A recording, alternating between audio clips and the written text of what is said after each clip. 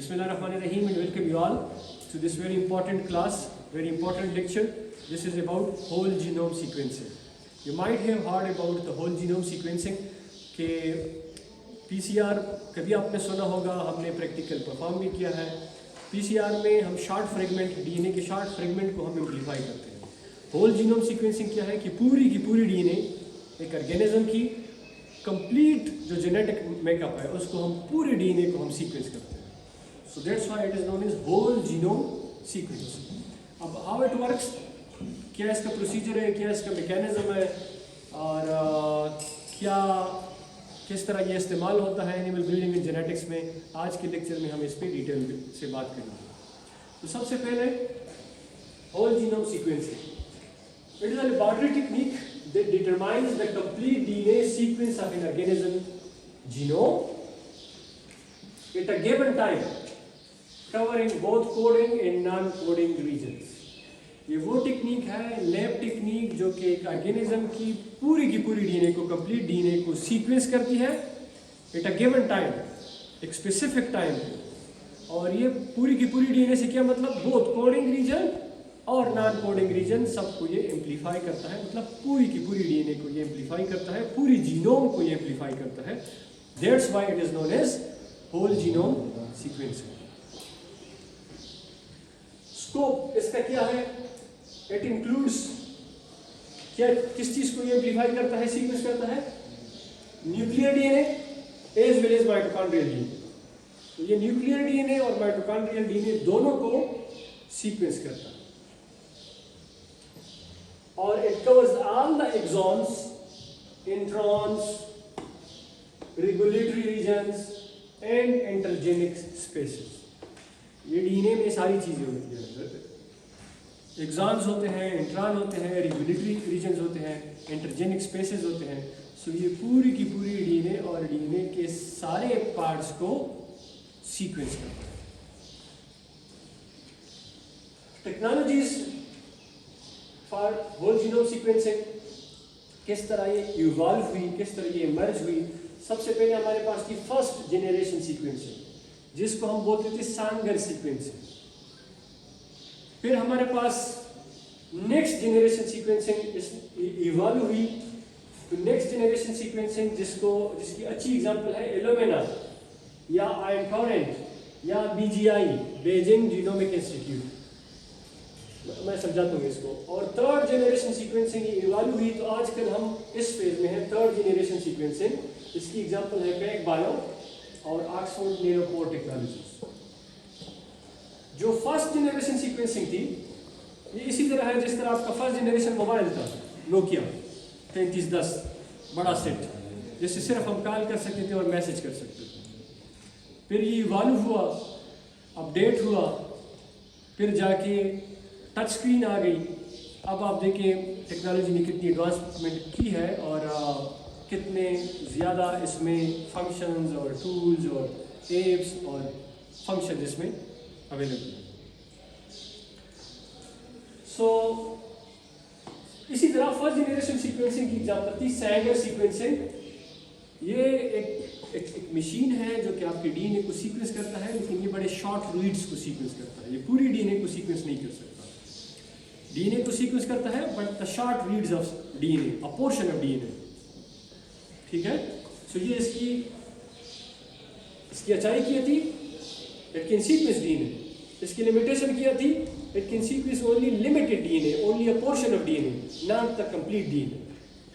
Evolve हुई next generation sequencing में Illumina में, जहाँ पे Illumina is a very powerful tool, is a very powerful technology जो कि हमारी डीएनए को सीक्वेंस करता है, लंबी डीएनए को, पूरी की पूरी डीएनए को सीक्वेंस करता है और हमें देता है both short reads and high throughput long reads. फिर इसी तरह और ये technologies iron Torrent and BGI. BGI is very famous, very popular in Pakistan because it is close to Pakistan, China, so it's a bit, price is also a bit cheap or the quality is also very high, BGI. But Illumina again, it's a very powerful tool. ये पूरी दुनिया में इस्तेमाल होता है Illumina and it's very reliable. Technology ने और तरक्की की, अब हम पहुंचे थर्ड जेनरेशन सीक्वेंसिंग पे। इसकी मिसाल है pack bio, Oxford Nanopore technology. Pack bio आपके पास रियल टाइम में बहुत लॉन्ग रीड्स को सीक्वेंस करता है, very long reads in real time. Oxford Nanopore technology ये रियल टाइम सीक्वेंसिंग आपको करता है। और टेक्नोलॉजी ने इतनी तरक्की की कि अब नोकिया 3310 नहीं चलता, अब स्मॉल, ये पहले जो इसकी साइज थी बहुत बड़े बड़े मशीन होते थे, बड़े बड़ी मशीन, उसमें हम सीक्वेंसिंग करते थे। अब जो हमारे पास इक्विपमेंट है, टेक्निक्स है, टेक्नोलॉजीज है, स्मार्ट टेक्नोलॉजीज आ गई। जिस तरह स्मार्टफोन है इस तरह ये स्मार्ट टेक्नोलॉजीज है, और उसका साइज कम होता है और हाई थ्रूपुट होता है और बड़ा एफिशिएंट होता है। कम टाइम में ज़्यादा डीएनए को प्रिसाइजली सीक्वेंस करता है और मशीन का साइज भी काफ़ी छोटा होता है। इसमें कुछ ऐसी मशीन भी आ गए हैं, टेक्नोलॉजीज, जिसको आप मोबाइल के साइज का होता है, आप उसको जेब में भी रख सकते हैं। उस पर डीएनए डालें, वो आपकी पूरी डीएनए को सीक्वेंस कर लेता है, and you can know about your genome, और योर कोलीग जीनोम, और your the genome of your animals. Workflow किस तरह ये काम करता है होल जीनोम सीक्वेंसिंग? सबसे पहले आपने सैंपल प्रिपेयर करने हैं। आपका सैंपल क्या होगा होल जीनोम सीक्वेंसिंग के लिए? Your DNA. अपने डीएनए को सीक्वेंस करना है तो सबसे पहले आपका सैंपल आपने प्रिपेयर करना है। You have to prepare your DNA. DNA आप कहाँ से लेते हैं? किसी भी लिविंग टिश्यू से, from blood, from tissue, from hairs, कोई भी लिविंग सेल, उससे आप डीएनए एक्सट्रैक्ट कर सकते हैं, but you need a good quality DNA. Library preparation, you need DNA fragmentation. DNA बहुत बड़ी है, आपने डीएनए को जगह जगह पे काटना है, उसके स्मॉल स्मॉल फ्रेगमेंट बनाने हैं। एंड एडाप्टर लाइगेशन, इसके साथ आप एडाप्टर लाइगेट करते हैं इन शॉर्ट सीक्वेंसेस के साथ, ताकि उसकी सीक्वेंसिंग आराम से, आसानी से हो जाए मशीन पे। Then comes sequencing. The sequencer, the machine, reads million of DNA fragments in a very short time and generate reads. कौन सी रीड्स? कुछ लॉन्ग रीड्स होते हैं और कुछ शॉर्ट रीड्स होते हैं डीएनए के। अगला स्टेप होगा सीक्वेंसिंग के बाद डेटा एनालिसिस। आपके पास रीड्स आ जाते हैं, डीएनए के लॉन्ग रीड्स और शॉर्ट रीड्स। अब आपने इस डेटा को एनालाइज करना है, इससे आपने कुछ मीनिंगफुल इंफॉर्मेशन लेनी है। अदरवाइज डीएनए के लॉन्ग फ्रेगमेंट्स या शॉर्ट फ्रेगमेंट्स, इससे आपने कोई मीनिंगफुल कंक्लूजन लेनी है। तो आप डेटा एनालिसिस करते हैं using different softwares, different tools, different platforms. और एनालिसिस के बाद data analysis, okay, realignment to reference genome. क्या करते हैं आप? जो आपके पास रीड्स आ जाते हैं, आप उसको रेफरेंस जीनोम के साथ अलाइन करते हैं, देखते हैं कि उसमें क्या वेरिएशन है, कोई म्यूटेशन है कि नहीं है। वो रेफरेंस जीनोम के साथ आप अलाइन करके आपको पता चल जाता है। एक रेफरेंस जीनोम है और उसके साथ आपने कोई दूसरा जीनोम मैच किया तो आपको पता चल जाता है कि उसके साथ कितना मैचिंग है, कितनी उसमें वेरिएशन है, कितने म्यूटेशन है। वेरिएंट डालें, for example single nucleotide polymorphisms, insertions, deletions, copy number, variants. ये आपको कहां से पता चल जाता है? जब आप रेफरेंस के साथ, आपके पास एक रेफरेंस जीनोम है, रेफरेंस डीएनए है। अब ये डीएनए फ्रेगमेंट आपके पास आ गए इस मशीन से, आप थ्रू डेटा एनालिसिस आप करते हैं, आप उन दोनों को अलाइन करते हैं, तो आपको पता चलता है कि कहाँ पे कोई वेरिएशन है, इंसर्शन है, डिलीशन है, सिंगल न्यूक्लियोटाइड पॉलीमॉर्फिज्म है। तो डेटा एनालिसिस से आपको ये इंफॉर्मेशन मिल जाती है। देन एनोटेशन आप करते हैं, तो उससे आपके पास फंक्शनल इम्पैक्ट की को आप प्रिडिक्ट कर सकते हैं कि कोई म्यूटेशन हुई है तो उसका क्या फंक्शनल इम्पैक्ट होगा। उससे आपके कोई ट्रेड, कोई कैरेक्टर्स एनिमल के बढ़ रहे हैं, कोई कैरेक्टर जो है, ट्रेड्स जो है, उसको कोई नफ़ा पहुंच रहा है, मसल साइज बढ़ रहा है, दूध की प्रोडक्शन बढ़ रही है, तो म्यूटेशन से, एनोटेशन से आपको ये इंफॉर्मेशन मिल जाती है। आखिरी स्टेप होगा इंटरप्रिटेशन। आपने डेटा एनालाइज किया। Data analysis needs skills, good statistician, computer expert, या animal geneticist, but good in computer, good in analysis, so you need experts. अब interpretation, identify candidate genes, mutations, genomic region associated with traits. आपने data तो analyse कर लिया, लेकिन अभी आपने उस डेटा को इंटरप्रेट करना है कि इस डेटा को एनालाइज करने के बाद इसका क्या मतलब है। तो जो आप मतलब निकालते हैं, आप कंक्लूजन निकालते हैं, that is your interpretation of the data, which is very important. आपने डेटा कोई और आपके लिए एनालाइज कर लेगा, लेकिन अभी उसकी इंटरप्रिटेशन आपने करनी है. You need to be very good in the, you need to know क्या हो रहा है, बैकग्राउंड में क्या हो रहा है, ताकि you can interpret it accurately और precisely. Now application of whole genome sequences, क्या इसकी एप्लीकेशन है?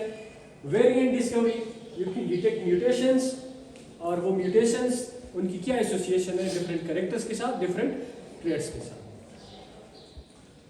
Improving genomic selection, using this technique you can know the SNPs, the mutation which are good, the favorable, the desirable, and you can go for high prediction accuracy.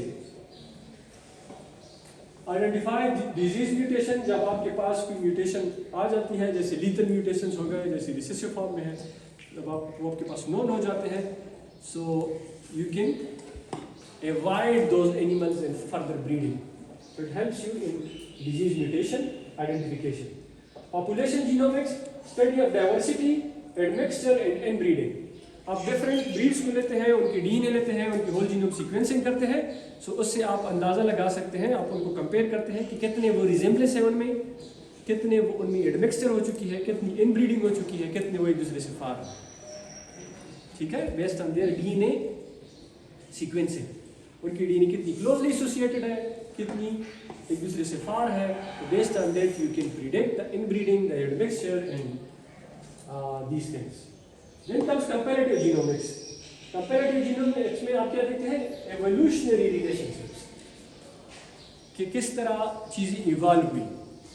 ठीक है, Darwin का जो नज़रिया है, या इसी तरह तो आप डिफरेंट स्पीशीज़ की इवोल्यूशन को आप देखते हैं. इस जेनेटिक्स में, कंपैरेटिव जीनोमिक्स में आप इन चीज़ों को देखते हैं. रियल वर्ल्ड एग्जांपल क्या है होल जीनोम सीक्वेंसिंग की? 100 बुल जीनोम प्रोजेक्ट. इसमें 100 bulls को, I think it is 1000 bull, sorry, I read it 100 bull, but it is 1000 bull genome project. 1000 bull were sequenced, और फिर उसको उसी के बिना पे हमने रेफरेंस जीनोम बना दिया.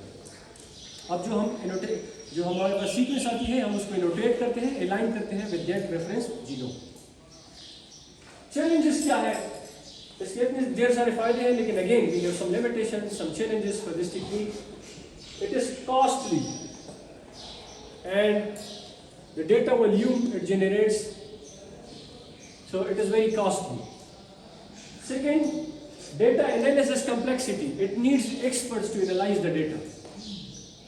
यानी कि अगर हम एनालाइज सीक्वेंस कर भी ले, लेकिन उससे मीनिंगफुल इन्फॉर्मेशन लेना, उसको डेटा को एनालाइज करना, it is again a challenge. It's again it needs experts.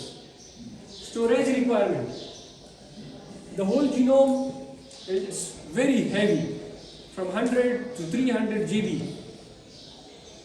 So it's very heavy.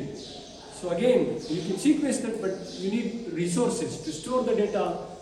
So you need resources. Again, then the last but not the least, interpretation. You have everything, sequence the data, you have analyzed the data, you have storage, and you need interpretation. The very good interpretation. जब आप इसको अच्छा interpret कर लेते हैं, अच्छी conclusion निकाल लेते हैं, तब जाके आप इसको ट्रू सेंस में इससे फ़ायदा ले सकते हैं.